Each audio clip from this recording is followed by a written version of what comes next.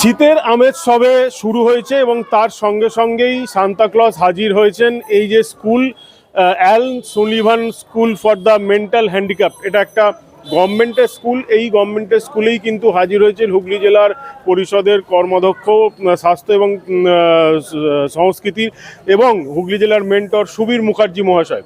তিনি আজকে এলেন, এই স্কুলের প্রতিটা বাচ্চাকে হাতে তুলে দিলেন কেক, চকলেট এবং সান্তাক্লজের উপহার।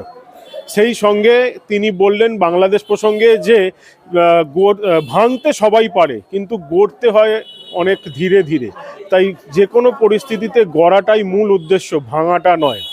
দেখে নেব সেই ছবি। আমি আপনাদের ছোট্ট করে জানালাম, কিন্তু বিস্তারিত দেখাবো এবং পুরো বিস্তারিত জানাবো আপনাদের তিনি কি বললেন এবং এই স্কুলের অন্ধ প্লাস আপনার পিছিয়ে পড়া যে বাচ্চা, তাদের কি মতামত।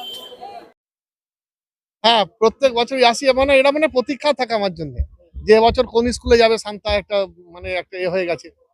মানে গ্রামে গ্রামে সেই বার্তা রটি গেল ক্রমে যে শান্তা আসছে। তাই এবারে সকালবেলা চণ্ডীতলা মুক্ত মঞ্চে আমার বিশেষ চাহিদা সম্পন্ন শিশুদের সঙ্গে একটা সংস্থার সঙ্গে সকালবেলা ওখানে প্রাতঃরাশ হয়েছে, একসঙ্গে আনন্দ করেছি, গান গেয়েছি। এবং এই মুহূর্তে আমি উত্তরপাড়া হিন্দমঠরে একটা বিশেষ চাহিদা সম্পন্ন সরকারি পরিচিত স্কুল আপনারা দেখতে পাচ্ছেন, সেখানে আমি এসে পৌঁছেছি। আমার এখানে টিম চণ্ডীতলা প্রকৃতির সকল মেম্বাররা আছে। সকলে মিলে আমরা সেজে উঠেছি। আমি শান্তা সেজেছি, সকলে লাল টুপি পরে আছে এবং কেউ গিটার হাতে, কেউ স্যাক্সোফোন হাতে, কেউ বাঁশি নিয়ে গান গাইছে। আমিও এখানে গান গাইলাম, আমার সকল মেম্বাররা গান গাইলো। এবং এই যে খুশি ভরা মুখগুলো, এই যে আনন্দ, অনাবিল আনন্দ তারা পায়, তাদের একটু কেক দিলাম, একটু লজেন্স দিলাম, একটু পেন্সিল বক্স দিলাম, কম্বল দিলাম শীতের কোথাও কোথাও। এই যে জিনিসগুলো তাদের মধ্যে দিলাম, এই যে আনন্দ, এদের প্রাপ্তির আনন্দটা সবচেয়ে বড় কথা, যে শান্তা এসেছে মানে শান্তার ঝুলিতে আছে, এটাই সবচেয়ে অনাবিল আনন্দ। আর এরা তো বিশেষ চাহিদা সম্পন্ন। তখন আমি ব্লাইন্ড স্কুলে গেছি, এবছর বিশেষ চাহিদা সম্পন্ন স্কুলে এসেছি।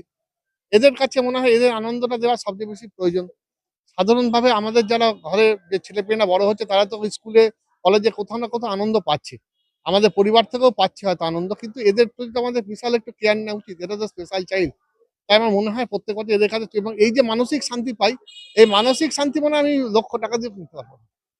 এটাই সবচেয়ে বড় কথা। এই যে এতক্ষণ আমি এদের সঙ্গে রইলাম না, এটাই আমার অক্সিজেন। এবার আমি মানুষের কাজ করবো।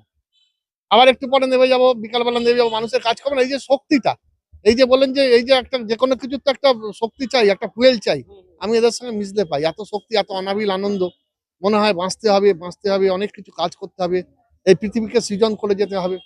কাল থেকে মন খুব ভারাক্রান্ত বাংলাদেশের ঘটনাবলী দেখে, যেভাবে বাংলাদেশে ধ্বংসলীলা চলবো। সেই বার্তা যে আমাদের সৃজনে থাকতে হবে, এই প্রজন্মগুলোর জন্য আমাদের রেখে যেতে হবে। আমরা এক লহমায় সব ধ্বংস করে দিতে পারি, কিন্তু আমাদের জাতি মত দল মত নির্বিশেষে আমাদের রক্ষা করতে হবে। এই রক্ষা করাটাই বড় কথা। আমাদের ধৈর্যশীল হতে হবে এবং সেইটা করতে গেলে মানুষের প্রতি অপার ভালোবাসা আনতে হবে, মানুষের প্রতি প্রেম, যেটা যীশু খ্রিস্ট বলেছিলেন, যে প্রেম ভালোবাসার কথা তিনি বলেছিলেন। বারে বারে যুগে যুগে মনীষীরা, সেই শ্রী চৈতন্যের কথা বলুন, হযরত মুহাম্মদের কথা বলুন, সেই জায়গায় দাঁড়িয়ে যে তারা সবাই সেই জায়গায় যে কথা বলেছেন, সেই কথা হচ্ছে শান্তির কথা, প্রেমের কথা। মানুষকে ভালোবাসো, সৃষ্টি করো, সৃজন করো। সেই জন্যই রাস্তায় বেরিয়ে পড়েছি, আজকে ঝোলা নিয়ে সান্তাক্লজে সারাদিন ঘুরছি।